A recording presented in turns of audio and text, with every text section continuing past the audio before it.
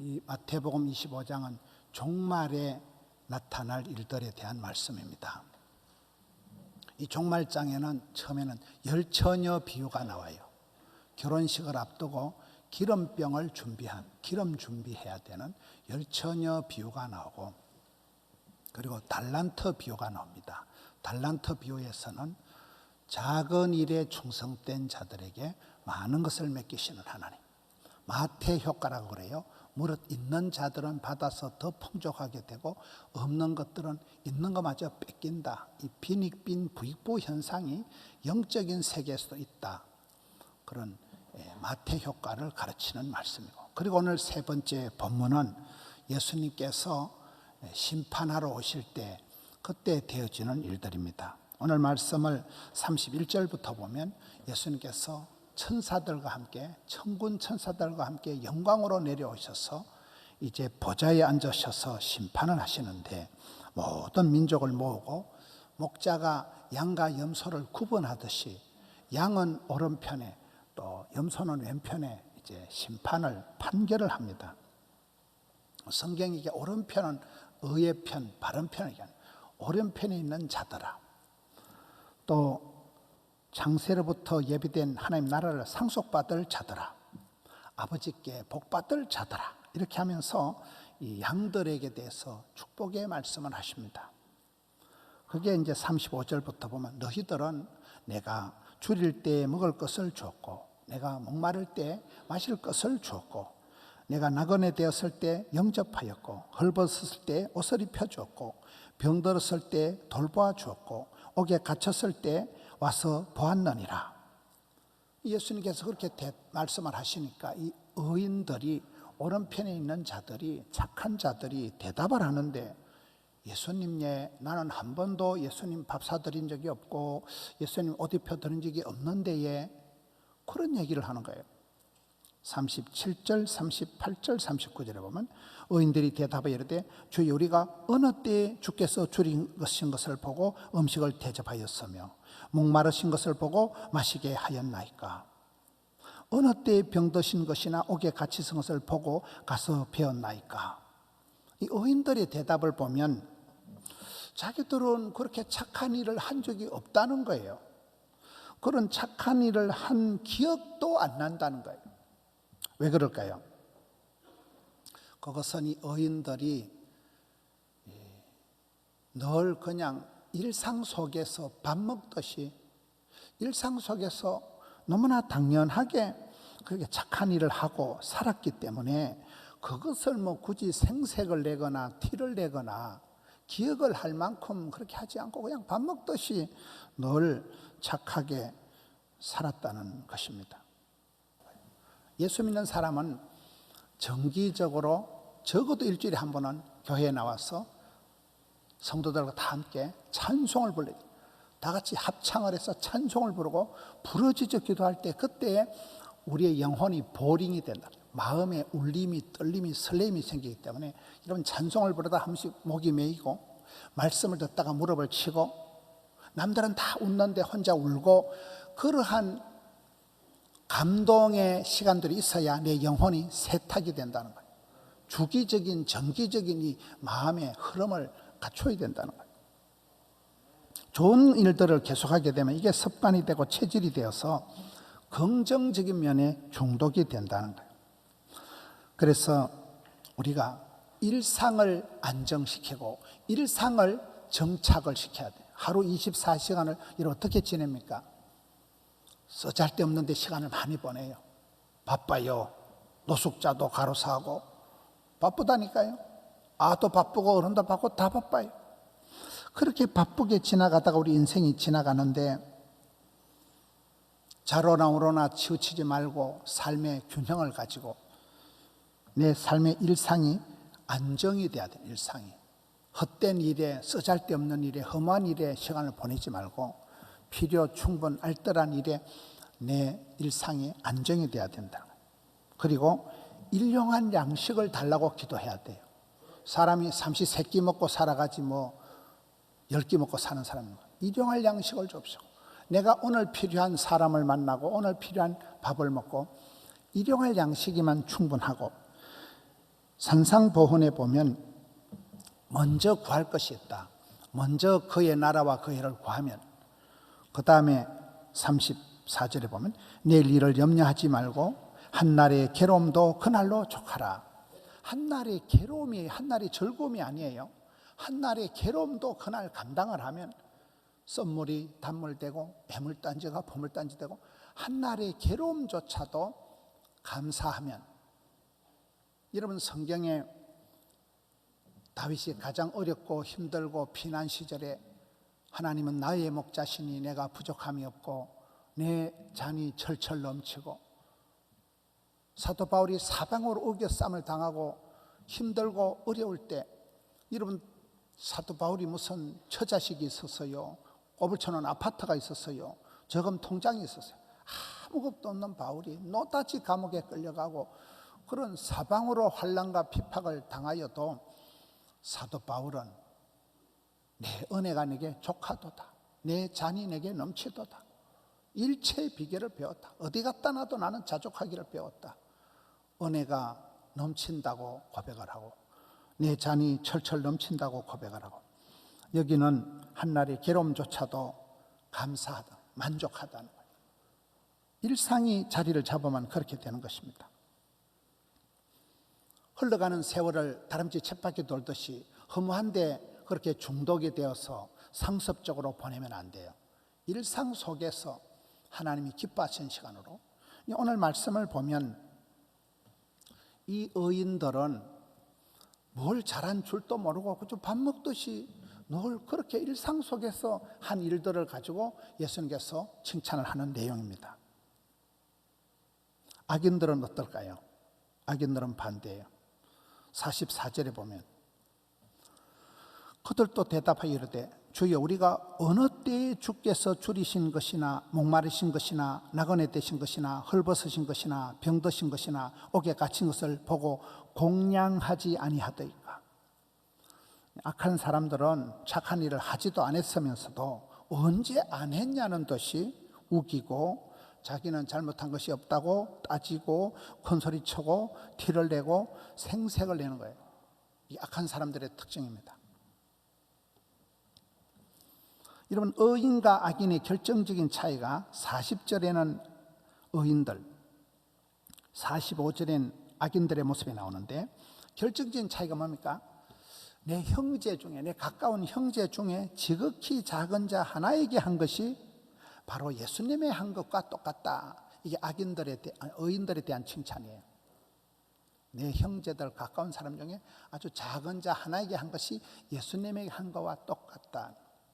악인들은 내 형제 중에 지극히 작은 자 하나에게 아니한 것이 예수님께 아니한 것과 똑같다는 거예요.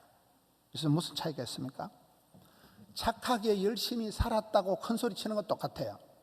그런데 총론은 같은데 강론의 디테일이 들어가 보면 지극히 작은 자 하나에게 한 것이 완전히 다르다는 거예요.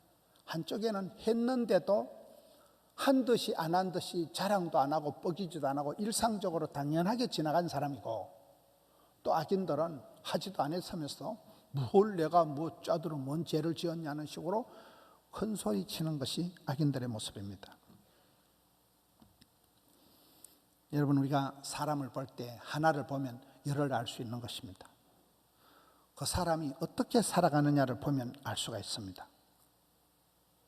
바늘 도둑이 소도둑되고 울창한 숲도 한 톨의 씨앗부터 시작이 될진데, 작은 것, 미세한 것 하나에 대한 것 디테일을 보고 우리가 그 사람의 전인격을 판단할 수가 있는 것입니다. 지극히 작은 자 하나에게 한 것이 바로 예수님이 한 것이라고 같다고 할 때, 우리가 살아갈 때 꿈은 크게 꾸고 멀리 바라봐야 되는 거지만은 현실에서 사역은 깨알같이 해야 돼요. 아주 디테일하게 구체적으로 해야 됩니다.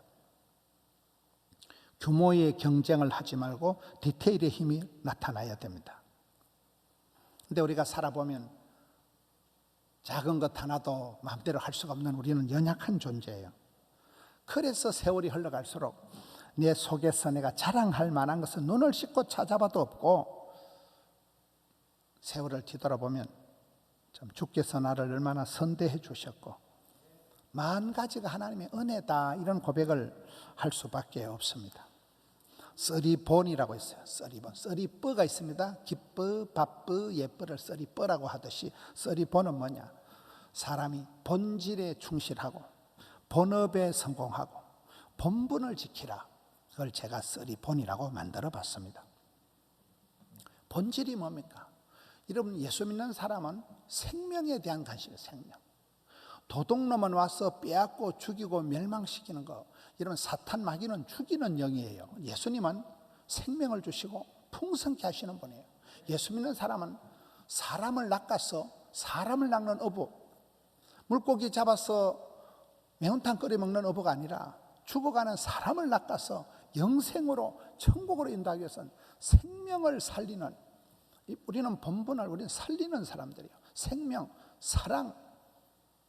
사랑을 향하고 생명을 향하는 사람들이 크리스찬의 본질입니다. 핵심입니다. 기본입니다. 본업은 뭘까요? 저와 여러분이 어떤 직업을 가지고 있든지 간에 본업은 복음 전하는 거예요. 전도자예요. 전도자. 근데 재밌는 것이, 내가 본업에 전도하는 데 성공한 사람은 부업은 땅짓고 헤엄치기예요. 부업은 쉬워요. 본업에 성공하고 나면 전도 잘하도록 하기 위해서 건강도 주시고 직책도 주시고 물질도 주시고 이렇게 하는 거예요. 오늘 2부 예배 때는 우리 구청장이 세례를 받았습니다. 옆에 강서구청장이 북구청장 세례 받는다고 축하하러 왔어요. 강서구청장은 집사예요. 북구청장님은 아직은 잡사예요. 그래가지고 이제 세례 받는다고 집사 후배라 이거예요. 자기는 2014년도에 집사가 됐다는 거예요. 그래가지고 이제 새로 집사 되려고 세례 받는 구청장 축하로 쫙 와가지고는 조금 전에 갔습니다. 하나님께서 내게 어떤 직책을 주신 것은, 건강을 주신 것은, 시간을, 물질을 주신 것은 복음 잘 전하라고 하는 거예요. 효과적으로 복음 잘 전하라고, 많은 사람에게 영향력을 미치라고 그러는 거예요. 그게 본업입니다. 본업에 성공한 사람은 부업에 지치지라는 거예요. 해도 힘이 나고, 본업에 성공한 사람은 부업은 아주 저절로 됩니다. 본분은 뭡니까? 수학 선생은 네 분수를 알아라. 국어 선생은 주제 파악을 해라. 미술 선생은 네 꼬라지를 알아라. 철학 선생은 네 자신을 알라, 이런다 그랬잖아요. 사람은 자기만의 분수가 있는 거예요. 분수에 어긋나는 사람을 보면 우리가 좀 우습게 생각하는 거예요. 자기 몫에 자기 자리가 있는 거예요. 살다가 본질을 망각하고 본업에 소홀하고 자기 분수를 저버리면 그 사람은 어리석은 자가 되고 맙니다. 지극히 작은 일을 어떻게 처리하느냐에 보면 그 사람의 본색이 드러난다는 거예요. 여기서 여러분, 지극히 작은 것 하나는 수많은 허상보다도 가장 작지만은 생명이 되시는 예수님을 선택한다는 거예요. 하늘의 미랄이 떨어질 때는 볼품없는 한 톨에 말라 비틀어진 씨앗이 뚝 떨어지지만 그것이 썩어서 죽어서 싹이 나기 시작하면 많은 열매를 맺듯이 하늘의 미랄 같은 삶을 사신 분이 우리 예수님이잖아요.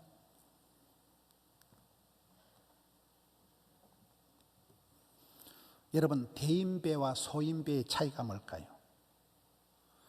소인배는 별것도 아닌 것을 자랑질을 합니다.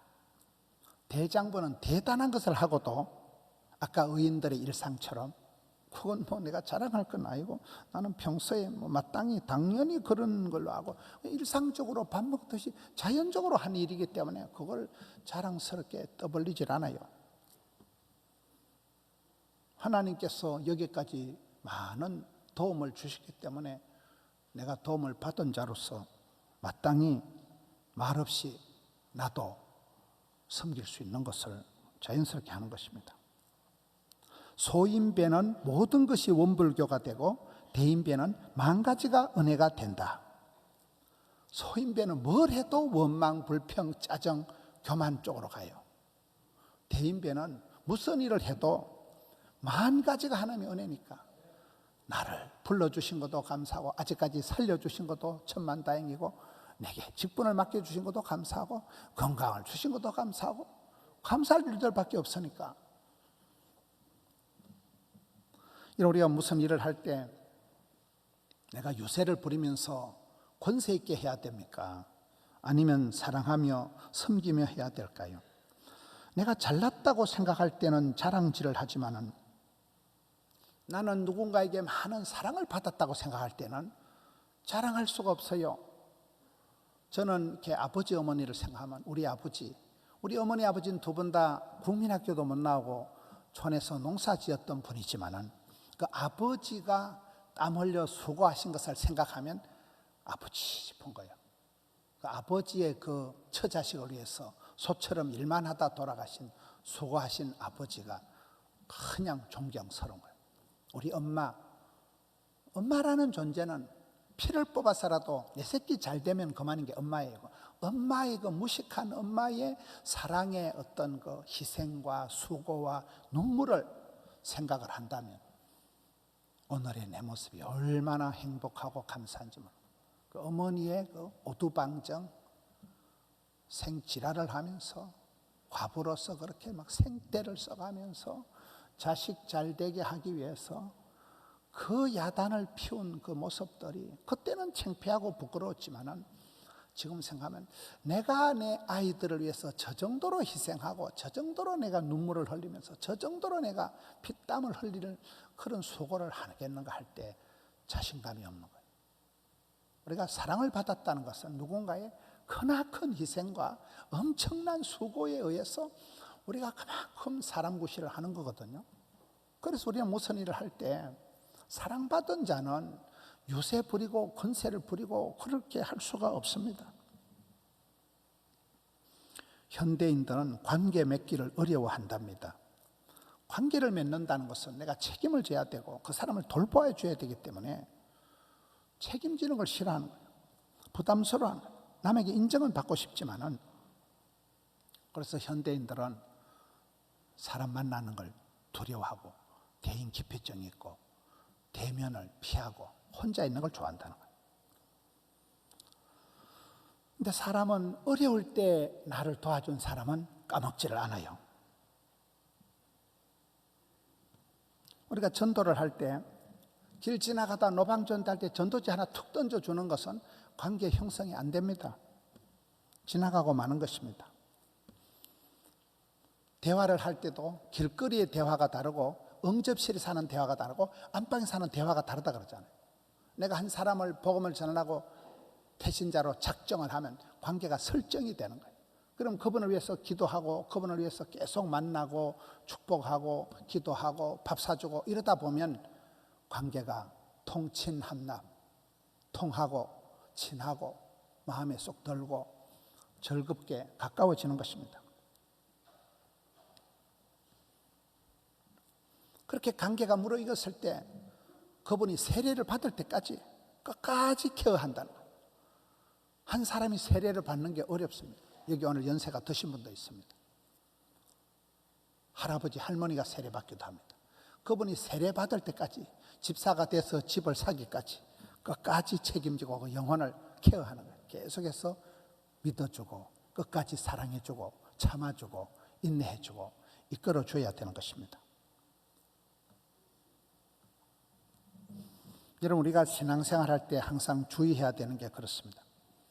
우리 교회가 얼마나 큰 교회가 되고 여전도회가 110개나 되고 권사님들이 1000명이 넘고 상당히 우리 교회가 1000명의 찬양대 굉장히 시스템이 아주 큰 교회입니다.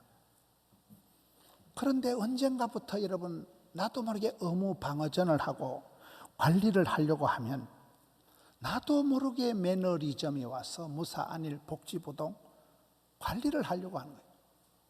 현상 유지를 하려고 하면 금방 그 큰 조직이 화석화, 형식화, 제도화가 되고 맙니다.